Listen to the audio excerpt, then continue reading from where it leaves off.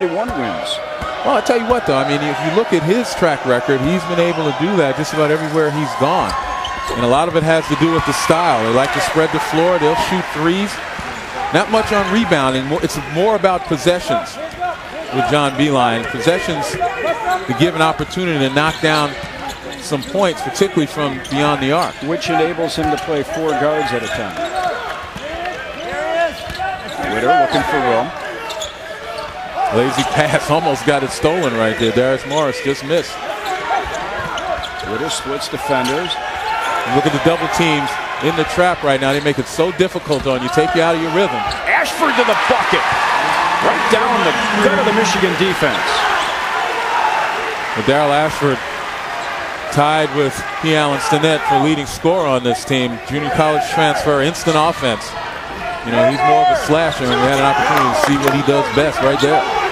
38 points so far. 4th best start in Altman's 16-year tenure here at the school for Ashford. Nice. Also better recovery. For his guys to have success, they've got to keep this floor spread. Play inside out a little bit. And on defense, stop the dribble penetration. That's why they went to the trap a little bit. Kind of force Creighton to play faster than they want. Harris looking for room. Lucas Perry lost his balance and walked. Coverage of the Dick's Sporting Goods NIT season tip-off concludes Friday night on ESPN. 7th-ranked Duke takes on number 13 UConn in the championship game. Dick's Sporting Goods NIT season tip-off, part of Feast Week, presented by Lowe's on ESPN Friday, 5 o'clock Eastern. Well, that's going to be an outstanding matchup. It took Duke about 30 minutes to pull away from Arizona State last night, but their big three, 43 out of their 64 points. And UConn just kind of cruised, double-digit blocks, outstanding backcourt. And game changer Stanley Robinson really showed what he's made of. It's going to be a nice tempoed game there. Ashford's jumper, And Carter keeps it alive. Carter seeing some action coming back from the MCL tear. Well, we talked about Creighton having difficulty rebounding the ball, but they seem to go after it on the offensive end. And again, that's what Dana Altman wants, his guys to be able to rebound and stay in the game on the boards with Michigan. The team took it to heart.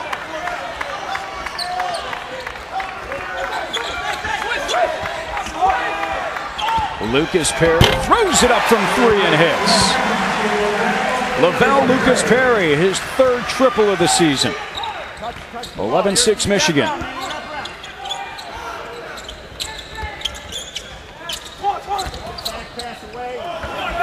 Around the horn, Witter. His 3 comes up short. Carter, another offensive rebound, and he draws the foul.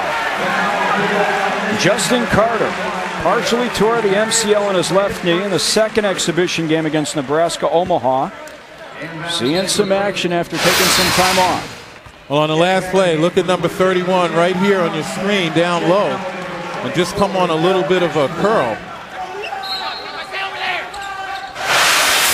And just a nice job there, a nice execution by Michigan. Carter comes up with the bucket there. So Carter all over. We saw him yesterday practicing for the first time in a couple of weeks.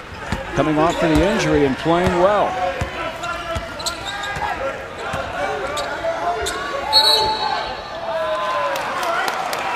Foul on Witter.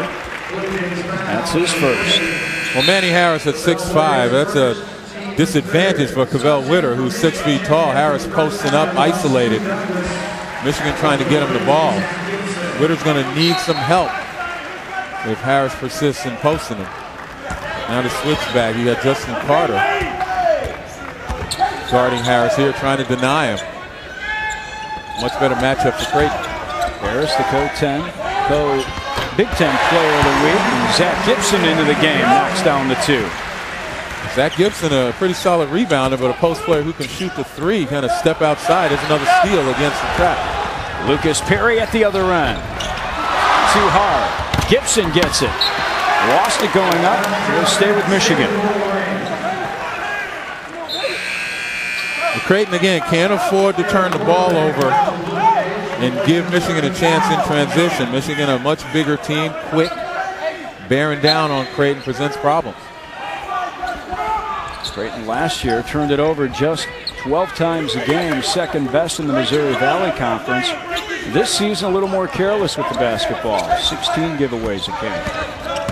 And right there, kind of inverting the offense, bringing the big man out and leaving the guards down low. That's the signature of John Beilein's team.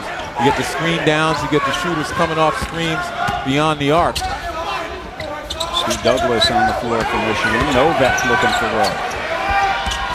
Shot clock down to 5. Lucas Perry's shot doesn't go.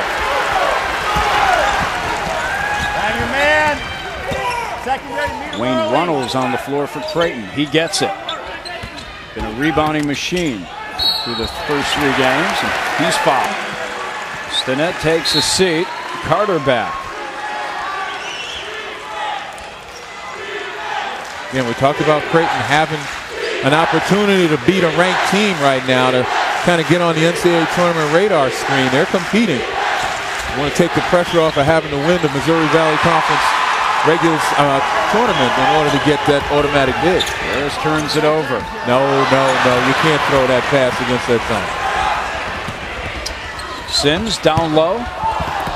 Douglas has it blocked away by Lawson.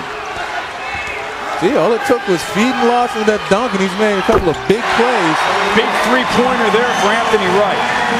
And that's where Anthony Wright is more comfortable. We talked about him going inside the paint.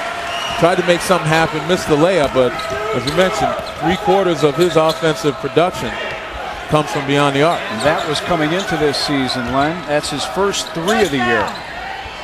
Rogge at the other end gets the 3 right back.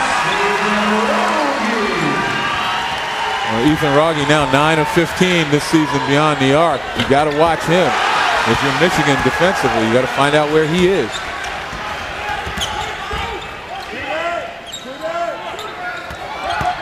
Down the baseline. And Carter off the glass. Much better job by Creighton right now in penetrating against the Michigan defense. Getting inside, not settling for the perimeter shots unless they're wide open. Carter now with 6. The Creighton faithful that have made the trip here to Orlando on their feet. Tell you what, Missouri Valley Conference team, they travel well. Last year had Wichita State, and they probably had the same size contingent. Douglas 5 feet behind the line. Comes up short. Now it's Michigan that's settling for the jump shots right now. They've got to be more focused offensively. Corver's 3. But there's Lawson again. Back up with it. Yes, sir. Reed. Boy, ever since he got that pass. -2 in rebound margin. Harris with 7. Makes 1 of 2. See, Creighton has also cut down on their turnovers. Michigan, on Creighton's 5 turnovers, has got 9 points. Cut down on the turnovers and the easy baskets has allowed Creighton to creep back. Carter tried to split defenders and gives it up. Another turnover. Harris shovel pass Sims for the finish. Rashawn Sims, second team All Big Ten. You can see the athleticism right there. Not only elevation, but the way he flashed from one end to the other. Sims with 4. Michigan staying with the trap, and that's what you got to do. Get it inside. Get inside the trap and make the trappers on the perimeter kind of come inside. And that way, that'll open it up for some perimeter opportunities if you don't have what you need in the paint. Carter now with 8 leading the way for Creighton. Sims back to the bucket, working on Miller. Turnaround jumper, yes sir, nice touch.